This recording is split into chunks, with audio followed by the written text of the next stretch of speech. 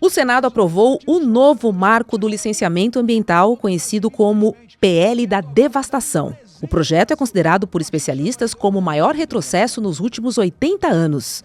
Entre outras coisas, o PL flexibiliza o licenciamento ambiental e dispensa estudos técnicos em vários casos. Com a justificativa de acelerar processos, o licenciamento poderá ser online e obtido com simples cliques.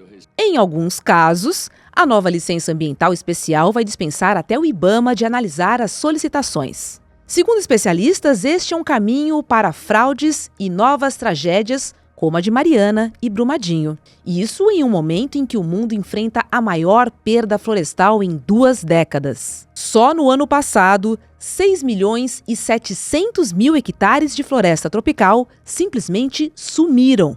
E o pior, quase metade disso tudo foi aqui no Brasil. Pela primeira vez, os incêndios ultrapassaram a agropecuária como a maior causa de desmatamento. As chamas foram alimentadas pela seca histórica, pelo descaso e por incêndios criminosos. E como se tudo isso não bastasse, o governo federal insiste na exploração de petróleo na foz do Amazonas.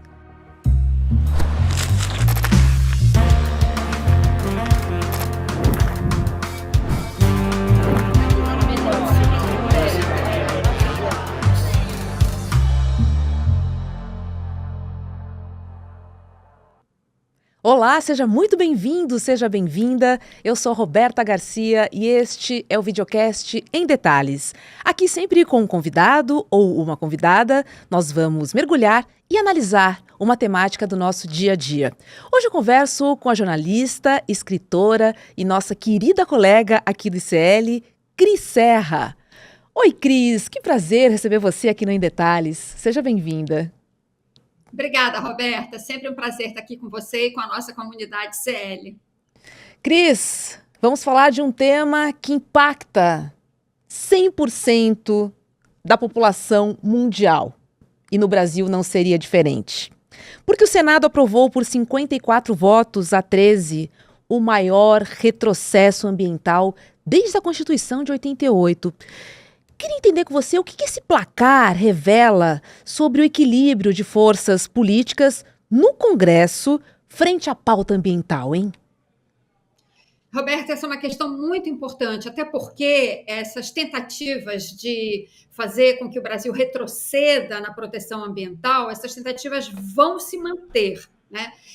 No caso do Senado, foi mais do que uma tentativa. Eles conseguiram, de fato, uma etapa importante nesse esforço de praticamente acabar com a proteção ambiental no Brasil. Só que ainda vai para a Câmara, então por isso que eu estou falando tentativa, né? E aí tem uma batalha à frente para ser levada lá na Câmara e que tem tudo a ver com a tua abordagem aqui, né? Esse cenário político. O desmonte do licenciamento ambiental no Brasil já vem sendo tentado já há alguns anos, né? A Câmara aprovou, na época do governo Bolsonaro, naquela conjuntura muito difícil para o Brasil, aprovou um projeto de desmonte do licenciamento ambiental terrível, que é esse justamente que foi para o Senado e que foi piorado agora no Senado, em pleno governo Lula, ou seja, teoricamente, com uma conjuntura mais favorável à proteção ambiental, nós temos a ministra Marina Silva, né, à frente do Ministério do Meio Ambiente.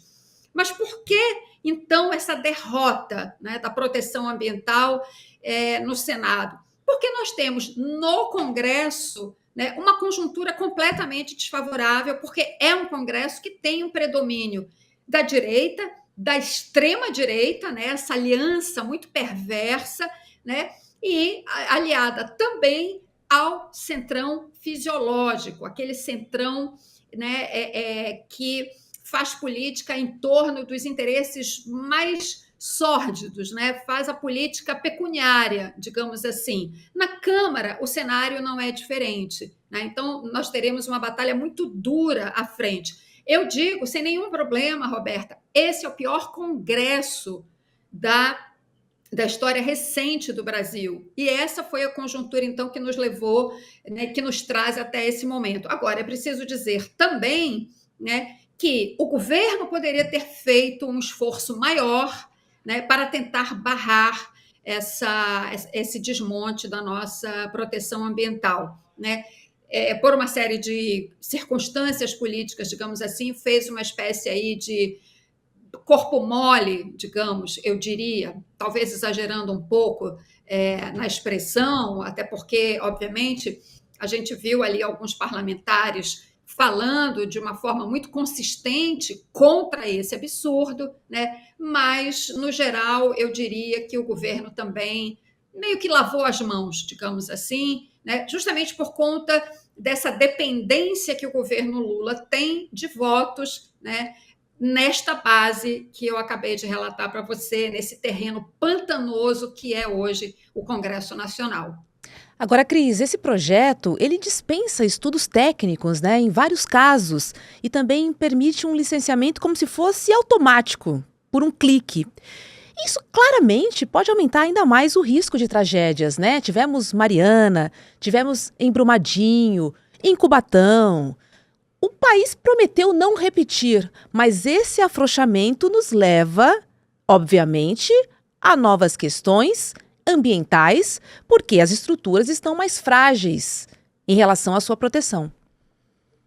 Roberta, esse ponto é chave para a gente entender a importância do licenciamento ambiental e por que ele não pode ser desmontado, atacado da maneira como está sendo, né? Você mencionou Cubatão, exatamente, para quem não lembra, né? Que era uma fábrica de poluentes ali em Cubatão, em São Paulo, justamente porque não existia licenciamento. Bom, construiu-se o licenciamento ambiental, né? Uma das resoluções assim, que é um marco histórico do licenciamento ambiental no Brasil é de 1986, uma resolução do CONAMA, Conselho Nacional de Meio Ambiente, que é justamente aquela que estabelece a exigência dos estudos de impacto ambiental, o EIA-RIMA, famoso EIA-RIMA, que tanto se fala, e que esses setores atrasados da economia no Brasil tanto reclamam, porque são os estudos de impacto ambiental que orientam os técnicos, as autoridades que têm que decidir sobre as licenças, as autorizações dos empreendimentos econômicos, né? Entendendo quais são os impactos e que medidas podem ser exigidas do empreendimento para mitigar, ou seja, para compensar aqueles impactos ambientais, porque toda atividade econômica tem impacto ambiental, mas você pode estabelecer, né, maneiras de compensar esses impactos. Vou dar um exemplo, Roberta, muito simples e importante para as pessoas entenderem do que a gente está falando e por que é mentira quando os senadores disseram lá no plenário que o licenciamento ambiental atrapalha o desenvolvimento, proibindo, por exemplo, a duplicação de estradas, a construção de escolas. Foi um show de horrores. Aquela sessão do Senado que aprovou o desmonte do licenciamento ambiental foi um show de horrores e mentiras. Então, voltando aqui ao exemplo prático para as pessoas entenderem o que é o licenciamento ambiental e a importância dele. Por exemplo, quando você vai duplicar uma rodovia, como houve aqui há alguns poucos anos atrás, aqui na região onde eu moro, a BR-101. Era uma estrada normal, mão e contramão, muita gente morria atropelada, tinha acidentes horríveis. Pois bem, aprovou-se a duplicação da estrada, uma medida, sem dúvida, necessária para proteger a vida das pessoas e para facilitar o trânsito de uma estrada, que é uma artéria econômica importante, que leva à Bacia de Campos, Bacia do Petróleo, aqui no litoral do Rio. Qual foi, então, no licenciamento da duplicação da rodovia, qual foi a medida de mitigação para compensar o impacto ambiental, que você vai duplicar a rodovia, você vai desmatar. Então, para compensar isso, e no caso da duplicação da rodovia, você vai aumentar o atropelamento de animais, o que se aprovou para, então, compensar, né, a necessária ampliação, duplicação da rodovia? Adotou-se uma série de passagens de fauna para que os animais possam utilizar essas passagens e atravessar de um lado a outro da rodovia, que tem florestas, né, blocos de florestas de um lado e de outro da rodovia, portanto, os animais vão buscar essa transição, esse tráfego entre uma floresta e outra, mas, se não tiver passagem de fauna, serão atropelados. Então, o licenciamento estabeleceu as passagens de fauna, sendo que uma delas é um viaduto vegetado, por onde os animais atravessam em segurança. Isso reduziu a mortandade de animais que eram atropelados. Isto é o licenciamento ambiental. Ninguém era contra, ninguém pode ser contra, em sã consciência, a duplicação de uma rodovia que vai garantir uma segurança de tráfego maior, mas precisa compensar. Então, eu estou falando isso, Roberta, só para caracterizar, né, que o licenciamento não atravanca o desenvolvimento, mas o desenvolvimento precisa ser feito em paralelo à manutenção de um meio ambiente ecologicamente equilibrado, como está na Constituição. E muito rapidamente aqui, para não fugir ao cerne da tua pergunta, mas é que eu quis explicar logo, dar esse exemplo do licenciamento, você falou das tragédias. Exatamente, nós tivemos Mariana, 19 mortos, Brumadinho, 272 mortos, e tem o caso lá do afundamento dos bairros em Maceió, provocado também pela mineração. Eu estudei os processos de licenciamento desses 3 empreendimentos, Roberta. Você sabe o que acontece? Não é que a lei do licenciamento seja burocrática, nada disso. A lei é importante e estabelece todos esses parâmetros que eu já mencionei aqui. Você sabe o que acontece nos processos de licenciamento e por que aconteceram essas tragédias? Porque os processos de licenciamento não foram respeitados. Justamente porque eles não foram respeitados, inclusive são processos que têm suspeitas muito sérias de prevaricação, de improbidade administrativa por parte dos agentes públicos que aprovaram esses processos. Por causa disso é que acontecem as tragédias. Não é por causa da lei, é por causa das decisões tomadas pelos agentes públicos, decisões erradas, para não dizer coisa pior, porque, como eu disse, tem suspeitas de prevaricação e improbidade administrativa nesses 3 casos, para não dizer coisa pior. Imagine sem legislação. O que teria acontecido, Cris? Hein? É um exemplo claro que a gente traz aqui para entender a gravidade do que foi aprovado. E digo mais, a menos de 6 meses da COP30, Cris. Que recado que o Brasil consegue passar, né? Que recado que o Brasil passa ao mundo ao desmontar seu sistema de licenciamento ambiental justamente nesse momento crítico? É o pior possível, Roberta.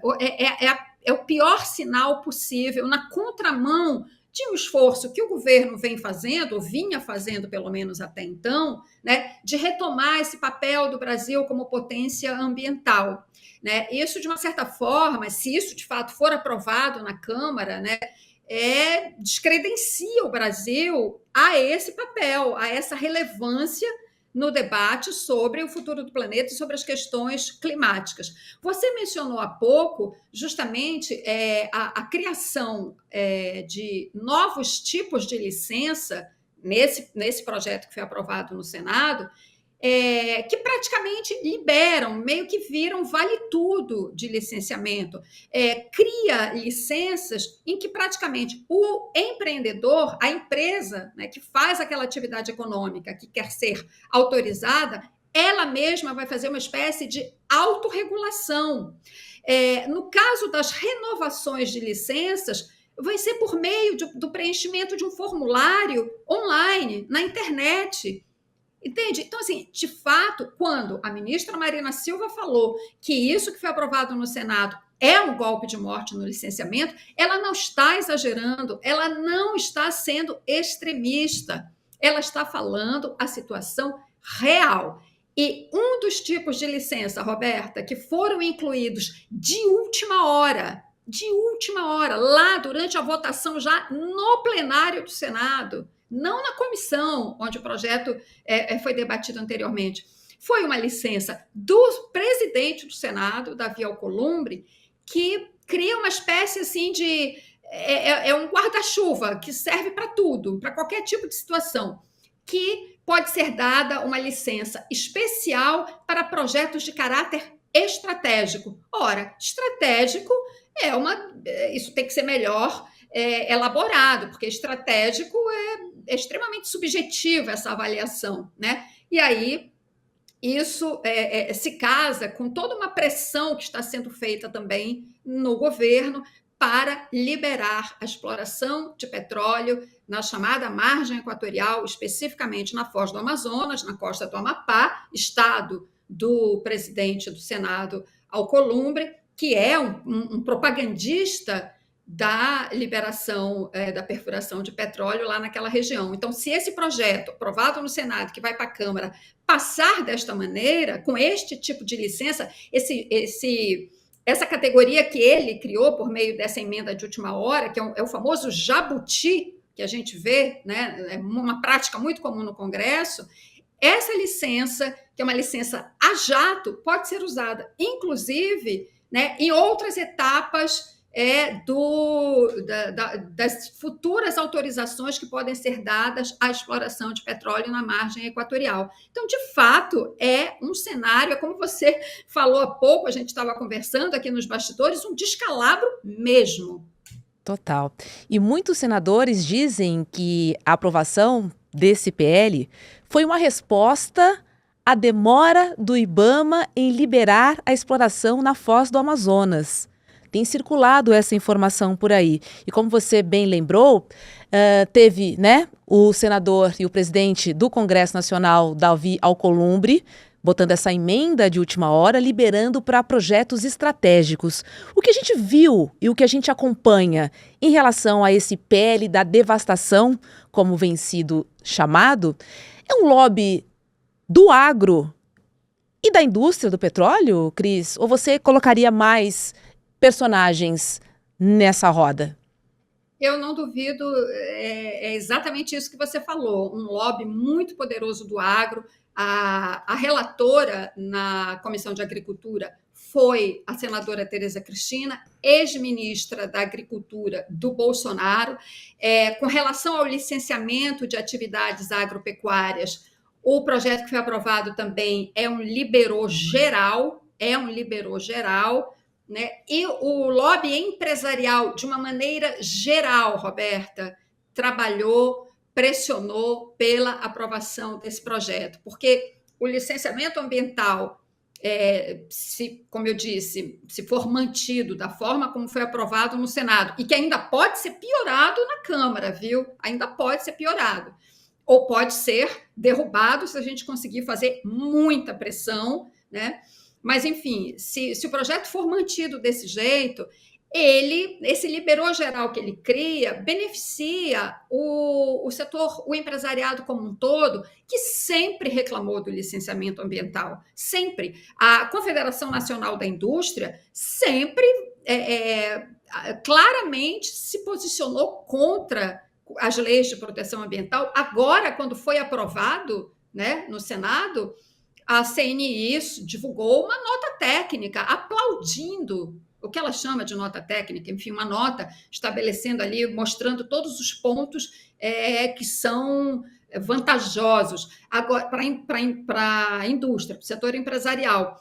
Agora, Roberta, uma coisa muito importante da gente falar aqui é o discurso que embala, que envolve essa discussão sobre o licenciamento. Porque eu acompanhei as votações nas comissões e depois no plenário, né? Todo o tempo o discurso da simplificação, da desburocratização. Isso não é verdade. Isso não é verdade, né? Eu vi muitos senadores ali mentindo. Esse falso argumento da simplificação, da desburocratização, na verdade, é para mascarar, para camuflar uma desregulação total, um esvaziamento do poder do Estado, né, como o agente que tem que zelar pelo equilíbrio entre atividade econômica e proteção ambiental. Então, é o esvaziamento, você esfola, né, a estrutura estatal de proteção, de regulação, portanto, de fiscalização, porque se é desregulado, você vai fiscalizar o quê? Né? Então, e outro aspecto importante, esse projeto também esvazia completamente a participação popular nesses processos de licenciamento, porque essas atividades industriais, econômicas em geral, né, agronegócio e atividades empresariais como um todo, elas têm impactos, às vezes, sobre comunidades, impactos terríveis, né, que podem condenar a vida de uma comunidade. O licenciamento, como a gente tem hoje, escuta, pode não ser perfeito, mas estabelece condições de escuta dessas comunidades em audiências públicas, etc., né? E com isso, com esse projeto, isso praticamente fica eliminado. Portanto, o caráter democrático do licenciamento ambiental, que, como eu disse há pouco, começa em 1986 e é consolidado na Constituição de 1988, como você mencionou, né, esse caráter democrático se perde completamente. Completamente. Então, é uma falácia, é uma mentira dizer que é simplificação e desburocratização ou simplificação. É desregulação total. É vale tudo, é liberou geral, é boiada passando. É disso que a gente está falando.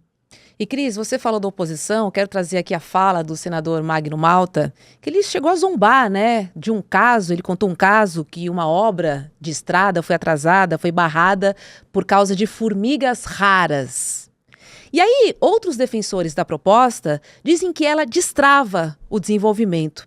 E aí eu te pergunto, né, que tipo de desenvolvimento é esse, né, que ignora riscos à saúde, ao meio ambiente e também à vida das populações afetadas. E quando eu falo de populações afetadas, eu estou dizendo de todos nós, não há exceção.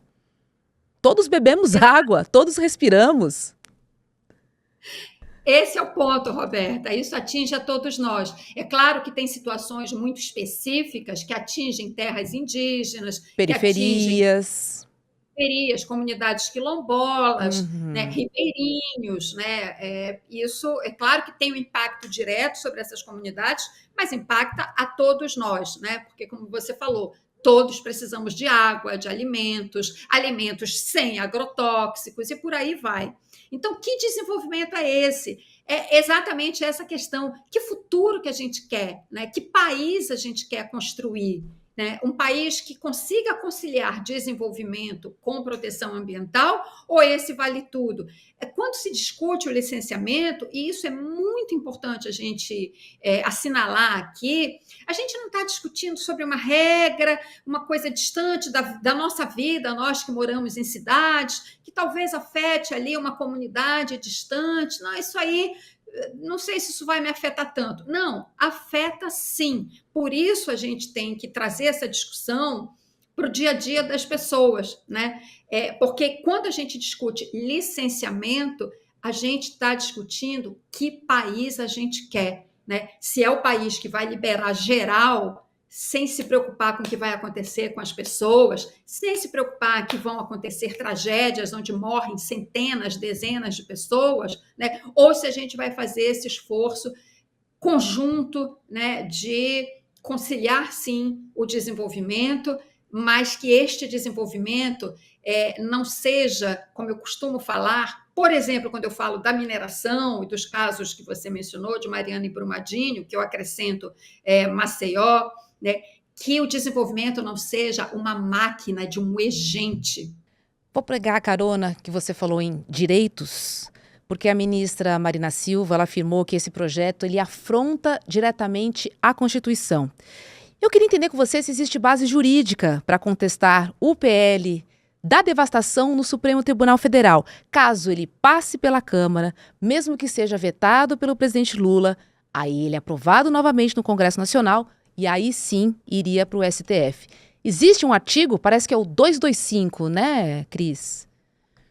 Exatamente, que é o coração do capítulo ambiental na Constituição brasileira, que fala, em resumo, não vou lembrar exatamente do texto, mas que todos nós temos direito a um ambiente, a um meio ambiente saudável e ecologicamente equilibrado. Nós e as futuras gerações. A Constituição brasileira, no capítulo do meio ambiente, ela foi tão inovadora em 1988 que ela fala lá, isso está escrito explicitamente, que esse é um direito das atuais e futuras gerações. Porque quando se fala de direito ao meio ambiente saudável e ecologicamente equilibrado, é disso que a gente está falando. Um meio ambiente que fique para os próximos, para quem vem depois da gente. A gente não pode sair consumindo tudo loucamente, todos os recursos naturais do planeta, como a gente está fazendo até agora, e está aí o resultado, aquecimento global, e tragédias, incêndios, enchentes, etc.,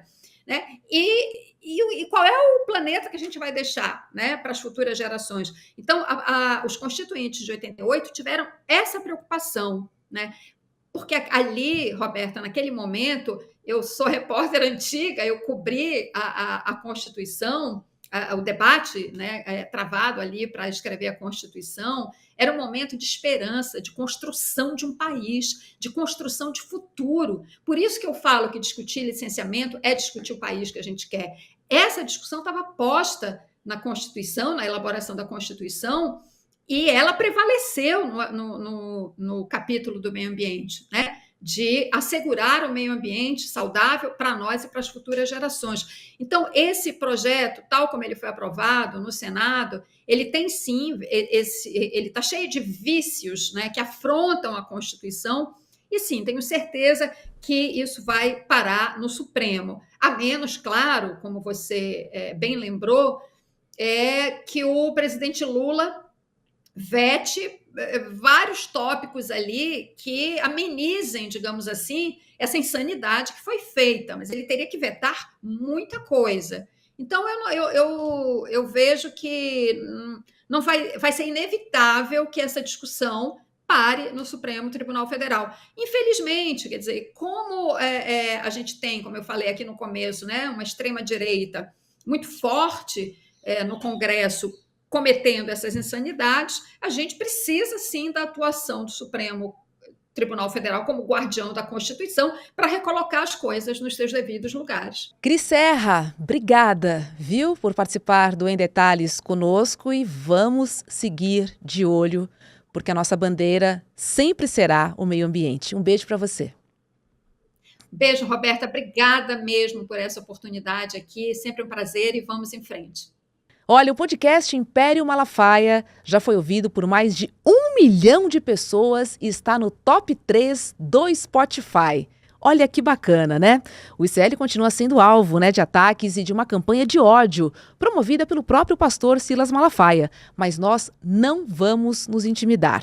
Nós temos muito mais revelações para trazer à tona e agora, além de ouvir o podcast, você também poderá acompanhar o documentário Império Malafaia, uma produção original do ICL em que vai mergulhar ainda mais fundo na investigação jornalística de Juliana Dalpiva e também de Igor Melo para entender o poder político e como a fé e o dinheiro se misturam nos bastidores de um dos impérios mais influentes do Brasil. A estreia do documentário O Império Malafaia será no dia 29 de maio, que é uma quinta-feira, às 8 horas da noite. E além da Juliana e do Igor, terá participação também de Eduardo Moreira.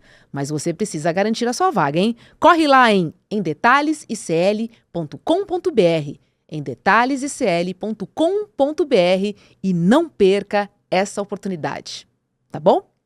O videocast Em Detalhes fica por aqui. Para você que nos acompanha pelo YouTube, agora é hora de ICL Mercado e Investimentos e, na sequência, tem Rolê ICL.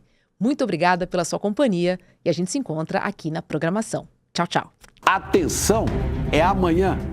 Depois de mais de um ano de investigação, está chegando o momento de mostrar tudo o que Silas Malafaia nunca... Atenção, é amanhã.